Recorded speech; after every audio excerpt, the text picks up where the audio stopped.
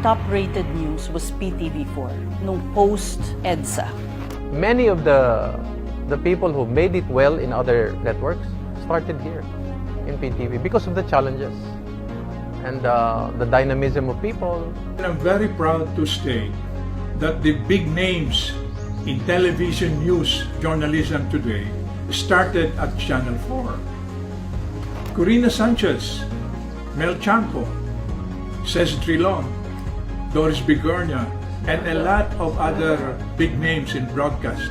Ang Channel 4 is parang training ground ng mga sikat na journalist ngayon. It really was my training ground. This is where the Corina as the anchor was born. I was exposed to some of the best minds in the industry. Yung sabi nila, lahat ng magagaling sa TV nanggaling sa MBS4.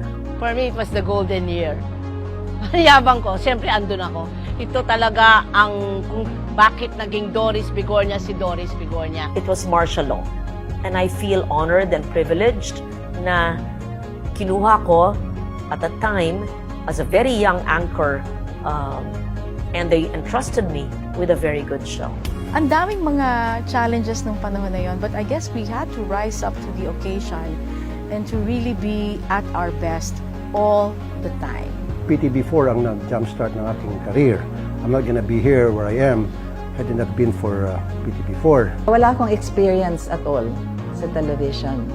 I was told na ako na daw ang magko-cover ng Office of the President. If it wasn't for PTV, I would not be given the opportunity to strengthen my skills as an anchor, as an interviewer. What really made an impact in my career was when PTV opened the door for the world of sportscasting.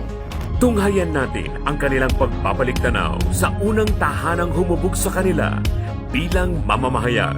Abangan ang Kwentong PTV Special Documentary ngayong Hunyo dito sa inyong pambansang TV.